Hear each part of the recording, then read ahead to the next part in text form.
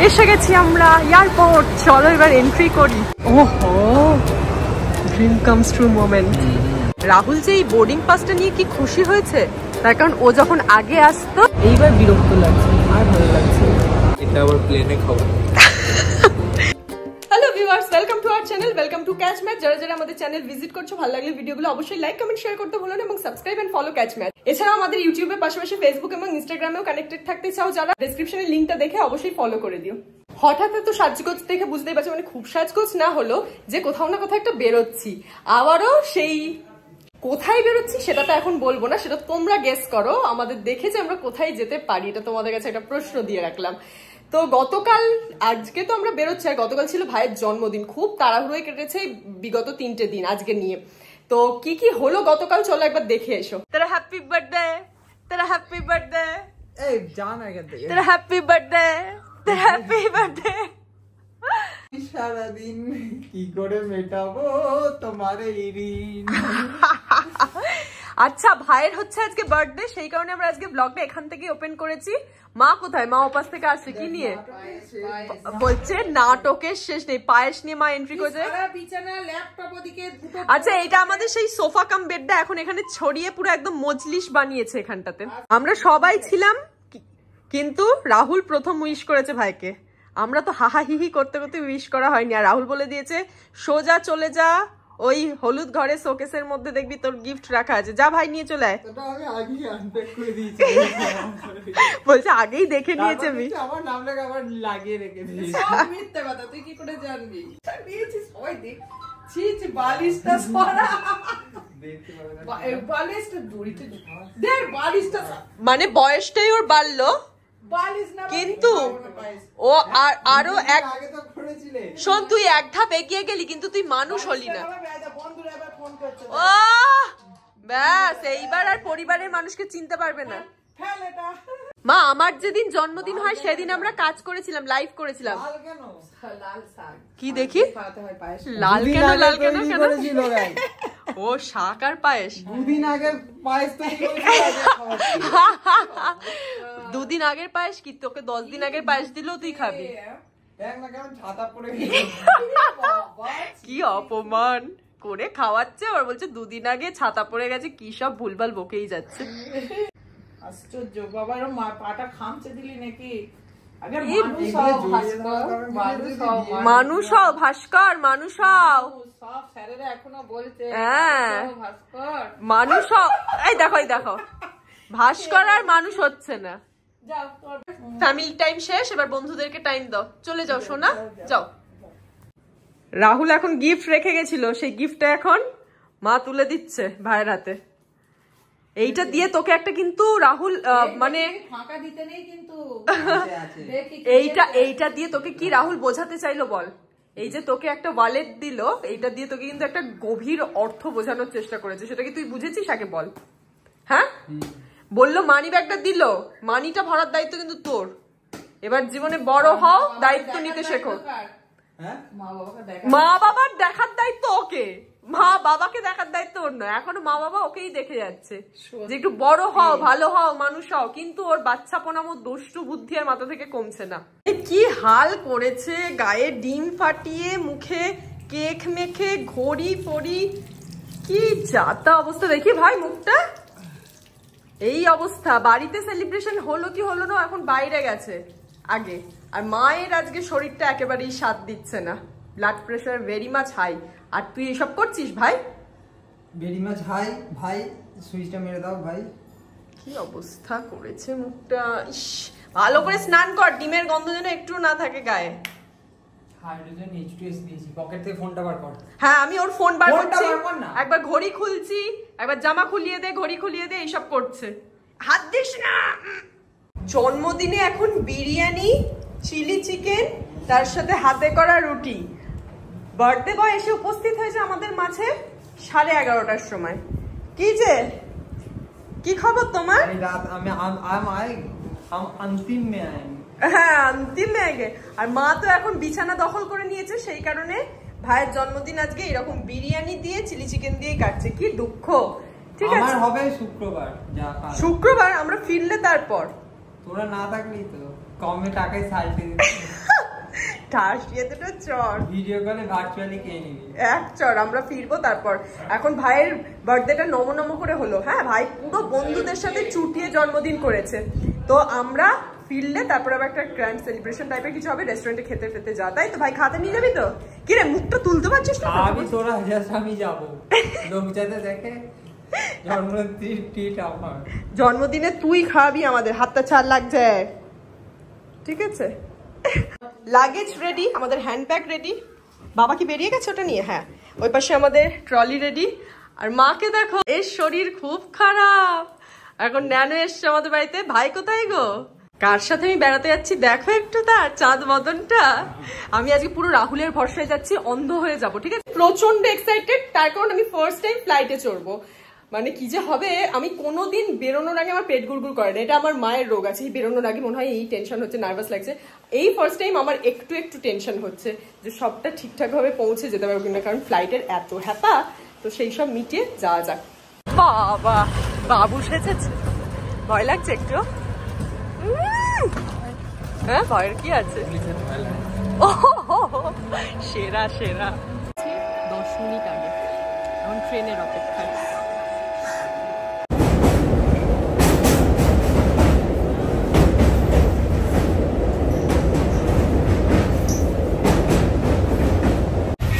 Finally আমরা Dumdum station, কিন্তু রাহুলের একটু মন পছন্দ হয়নি যে আমি কেন ট্রেনে এসেছি, শুধু বাবুগিরি। ও ভদ্রেশ্বর থেকে এয়ারপোর্ট আসবে। দূরে ও পাশ থেকে দেখা গেছে আমাদের ওলা কামিং। এই তো রাহুলকে কলও করে দিয়েছে। র্যাপিডোগুলো এত বদমাস, ক্যান্সেল করে দিচ্ছে খালি ট্রিপ। তাই আমরা ওলা বুক করলাম র্যাপিডো ছেড়ে। লাগেজ ঢুকিয়েছিস? 8710। ও ফাইনালি খুশি। হ্যাঁ, ট্রেনে বাসে আসতে হলে কি দুঃখ ছেলের, ততক্ষণে গাড়িতে যাবে, খালি বাবু আনা। জমিদার বাবু, দেখি তোমার মুখটা একটু।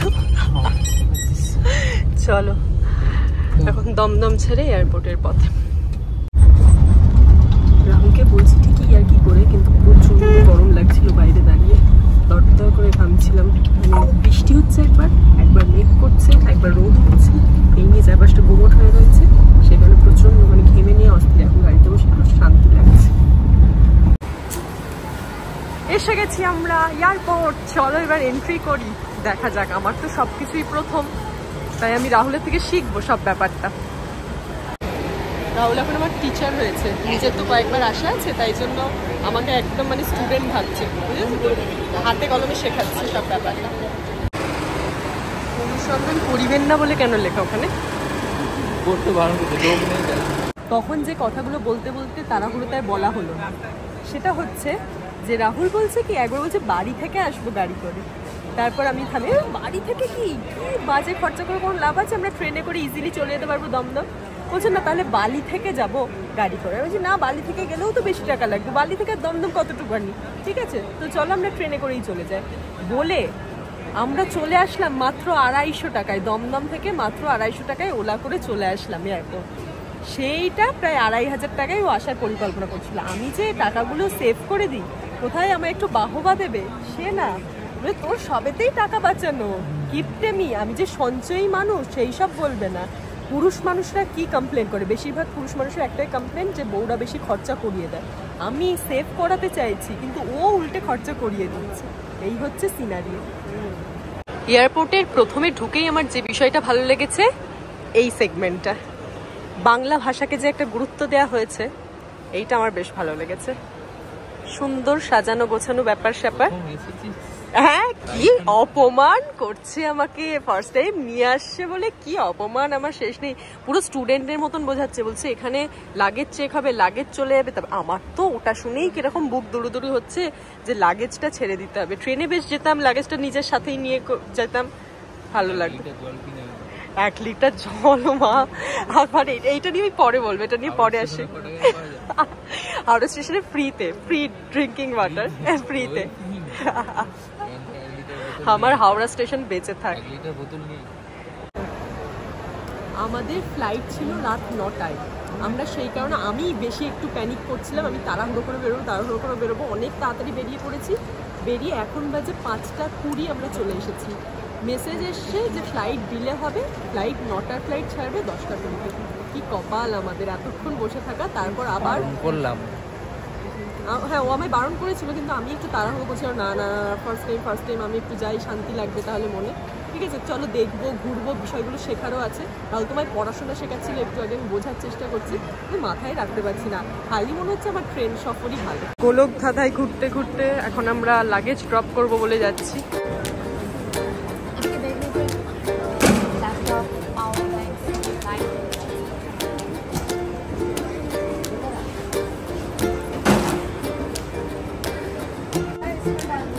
ঠিকঠাক পাওয়া যাবে তো? বাই বাই করে দিই দেখি।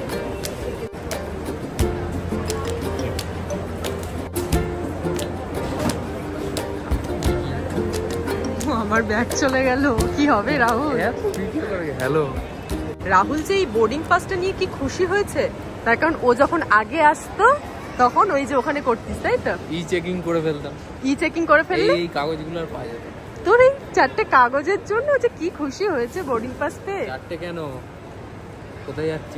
ও আচ্ছা, তোমরা এটা বলো তো গেস করে যে আমরা, হ্যাঁ যেটা জিজ্ঞাসা করবো, 4টে টিকিট কেন? আচ্ছা দুজন আছি, 4টে টিকিট কেন, তোমরা গেস করে বলো।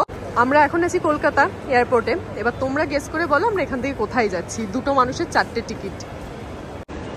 আমার মোটেই ভালো লাগছে না, আমার ট্রেনই ভালো। বেশ নামলাম হাওড়া স্টেশনে, অন্য একটা প্ল্যাটফর্মে ট্রেন দিল, চলে গেলাম। এত হ্যাপা, এখানে একবার দেখাও, ওখানে একবার দেখাও, ওদিকে যাও সেদিকে যাও। আচ্ছা, স্টেশনে অনুসন্ধান অফিস থাকে, এখানে লেখা যে অনুসন্ধান করিবেন না। কেন এইসব লেখা থাকবে? আরও আমি বলছি কি কি রয়েছে এয়ারপোর্টের ফল্ট, ট্রেন কেন ভালো বলছি আমি সেটা। চেকিং করে আর চেকিংয়ের শেষ হয় না। এইবার কি করতে হবে? সব জামা কাপড় খুলে একটু বেশি বাড়াবাড়ি করছি। হ্যাঁ এই তো ইলেকট্রনিক্স আমার হাতেই, আর এটার মধ্যে কিছু আছে। যদি এগুলো ভালো স্বার্থেই, কিন্তু তাও সব খুলে বের করে এখন চেকিং এর পর চেকিং হতেই থাকছে। কি হচ্ছে? সব খুলে ফেলছি আমরা। ও বেল্ট তো নেই, কারণ এখন কোয়ার্ড সেট করে এসছে, বেল্ট নেই। বাঁচা গেছে, আমারও তাই।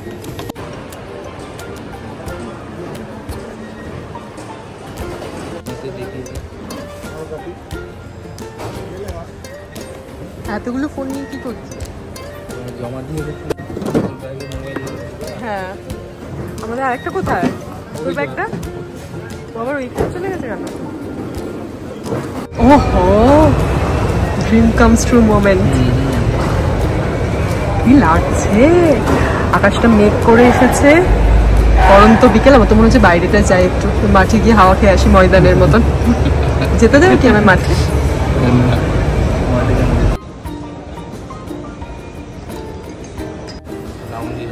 ওহো, আমরা তো ইন করে গেছি অনেকক্ষণই, এইবার আমরা যাচ্ছি লাউঞ্জ। এই লিফট এসে গেছে, দেখা যাক। আমরা এখানে এত দাম দিয়ে খাবার না খেয়ে লাউঞ্জে খেতে পারি কিনা সেটা দেখা যাক। এখন দুটো ক্রেডিট কার্ড নিয়ে রাহুল দাঁড়িয়ে, দেখা যাক আমরা যদি অ্যাক্সেস করতে পারি লাউঞ্জ অলমোস্ট ফ্রিতে, তাহলে আমরা দেখাচ্ছি। তখন আমি কি বলবো বলতো তোকে? জাহাপানা তুই গ্রেট হো। লাউঞ্জ তো অ্যাক্সেস করতে পারলাম না, তার কারণ রাহুলের কার্ডটা কোনোভাবে কি সমস্যা হচ্ছে এই না, এইচডিএফসি মিলেনিয়া কার্ড কিছুতেই অ্যাকসেপ্ট করছে না। আমার কার্ডটা অ্যাকসেপ্ট করেছে, এবার আমাকে বলছে লাউঞ্জে বসে খেতে। রাহুল বলছে তুই একা গিয়ে খা। এটা কখনো সম্ভব? পাগলের মতো। তার টেক অ্যাওয়েতে অনেক কিছু জিনিসপত্র দিয়েছে, কিন্তু ফলমূল কেন দিয়েছে আমি বুঝতে পারছি না। ফলমূল কে খাবে এখন বসে? যাই হোক, যা পাওয়া গেছে। কি দিয়েছে দেখি? আচ্ছা, আপেল, নাশপাতি, কোল্ড ড্রিঙ্কস কে খাবে? খাই না। Fruit juice. আচ্ছা, ওই দুজনকার করেই জিনিসটা দিয়ে। হ্যাঁ, লোকটা বাঙালি ছিল তো, ভালোবেসে দিয়েছে। বলছে তোমাদের দুজনের কার্ড অ্যাকসেপ্ট হচ্ছে না, কি আছে, কিন্তু আমি তোমাদের দুজনের মতনই খাবার দিয়ে পাঠালাম। কি ভালোবাসা দেখেছো? যে আমাদের খাবারটা দিয়েছে প্রথমত সে বাঙালি, দুজনের মতন খাবার দিয়েছে, আর সে মনে হয় রাহুলকে বুঝে গেছে। হ্যাঁ, সে রাহুলের মনের কথা বুঝতে পেরে কি দিয়েছে ভাবা যায়, বিরিয়ানি দিয়েছে। কিন্তু আমার লোক তো এইটার দিকে, এটা পাও ভাজি দিয়ে মনে হয় বড় পাও দিয়েছে। না, আমি সব খাবো না। তো বান টাইপের কিছু একটা দিয়েছে। এখানে তো মিষ্টিটা আমার, এটা কি বলবো, পান্তুয়া বলবো না গোলাপ জামুন বলবো, কি বলবো? এটা কি দিয়েছে? এই তো কাবাব দিয়েছে। কাবাব দিয়েছে, বিরিয়ানি দিয়েছে। কি রে, তোর মনের কথা বুঝতে পেরে গেছে একদম। এটা কি ডাল? পাউরুটি ঘুগনি না, ওটা কি একটা বলে, পাও ভাজি স্টাইল। বেশ ভালো খাবার।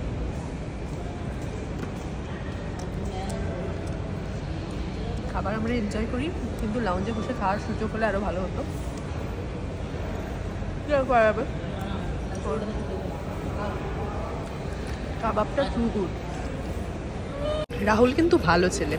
রাহুল যেমন হেলদি জিনিসও খায়, আনহেলদি জিনিসও খায়, বিরিয়ানিও খাচ্ছে, আবার এই সমস্তও খাচ্ছে। ভালো ছেলে। এয়ারপোর্টে বসে পাউরুটি ঘুগনি, এই এতটা আমি খেতে পারবো না।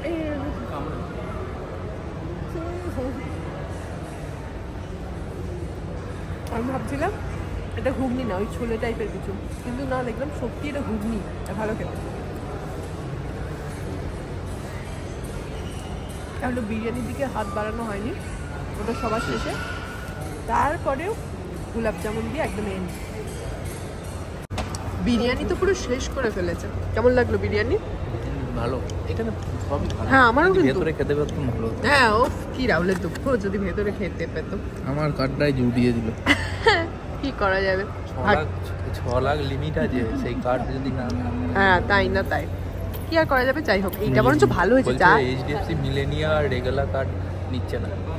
আর না, ভগবান যা করে ভালোর জন্য। ওখানে গিয়ে তোর যা পেতিস তাই দেখে মনে হতো খেয়ে নি। হ্যাঁ, সব খেতাম। এই করে পেটের গোলযোগ হয়ে গেলে মুশকিল, একটা জায়গায় যাওয়া হবে।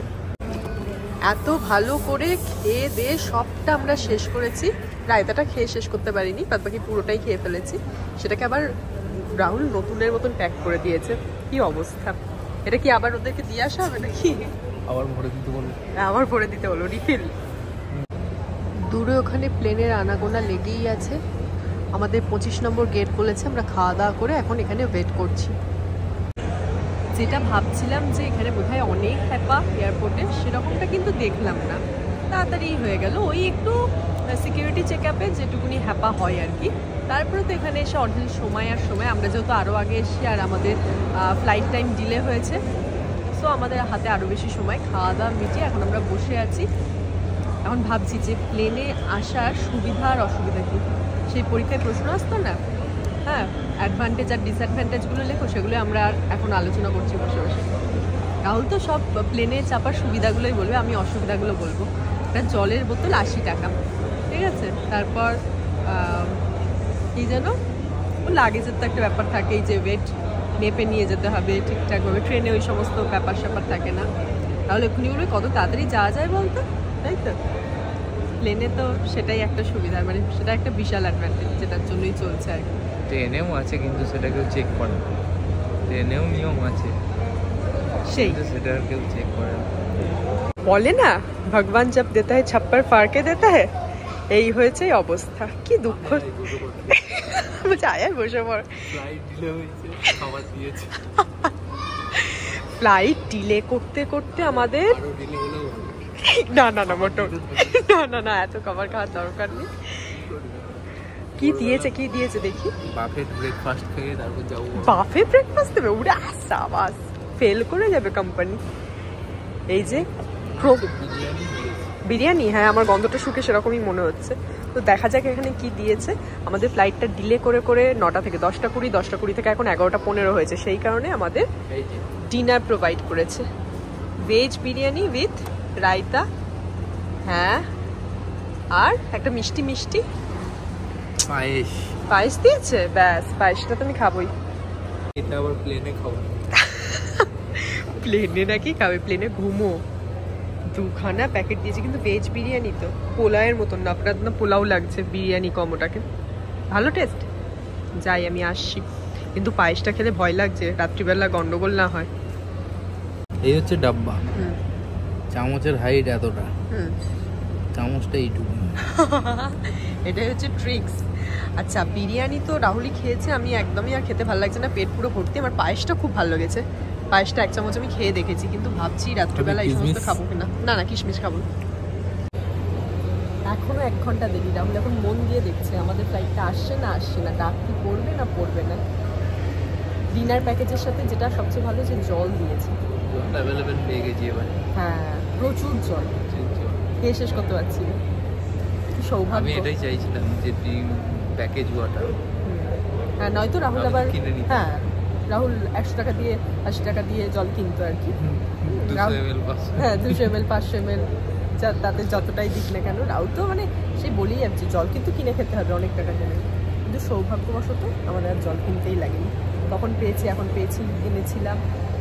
দেখা যাক এবার দিল্লিতে যাই, তারপর কি হয়। এইবার বিরক্ত লাগছে, আর ভালো লাগছে না। কখন পৌঁছাবো খালি মনে হচ্ছে। খাবারটা এত বেশি হয়ে গেছে আজকে যে খেয়ে শেষ করতে পারি না, এখনো 1 প্যাকেট পড়ে রয়েছে। কত খাবে একটা মানুষ, তাই না? তো দেখা যাক, এখন বসে বসে বোর হচ্ছি। একটু আগে এয়ারপোর্টে জলের দাম নিয়ে আলোচনা করছিলাম না, কিন্তু এখানেও দেখছি পানীয় জলের ব্যবস্থা রয়েছে। এইখানে বসেছিলাম, হঠাৎ করে এখানে দেখি পানীয় জল লেখা রয়েছে। আর সামনেটা দেখো আস্তে আস্তে সব ফাঁকা হয়ে যাচ্ছে একে একে। ওই যে দূরে কিছু প্লেন দাঁড়িয়ে আছে, আর এইখানটা এতক্ষণ ভরা ভর্তি ছিল সন্ধ্যা থেকে, এখানটা বেশ ফাঁকা হয়ে গেছে। আমাদের প্লেন তো এখন রিশিডিউল হয়েছে 11টা 15-তে। আমরা এখন যাচ্ছি ওই যে ফার্স্টে লেখা আছে দিল্লি। তোমাদের তো একটা হিন্টস দিয়ে দিলাম যে আমরা এখন দিল্লি যাচ্ছি, কিন্তু দিল্লি থেকে কোথায় যাচ্ছি সেটা তোমরা নিচে কমেন্টে জানাবে। দিল্লিটা কিন্তু আমাদের ফাইনাল ডেস্টিনেশন না। আর একটু আগেই আমরা অনেক কম্পেয়ার করছিলাম রেল স্টেশন আর এয়ারপোর্টের মধ্যে, কিন্তু দুটোর জায়গায় ভালো, সব কিছুরই ভালো দিক মন্দ দিক আছে, সবটা নিয়েই সব জায়গা সুন্দর। দেখা হবে তোমাদের সাথে নেক্সট ভিডিও। আর এই ভিডিওটা বেশি লেন্থি করবো না, তোমরা কিন্তু কমেন্টে জানিও গেস করে যে আমরা যাচ্ছিটা ঠিক কোথায়। দিল্লিটা তোমাদের হিন্টস দিয়ে গেলাম। আর ভালো লাগলে ভিডিওটা অবশ্যই লাইক করুন, শেয়ার করতে ভুলবেন না, সাবস্ক্রাইব আর ফলো কাজ ম্যাচ।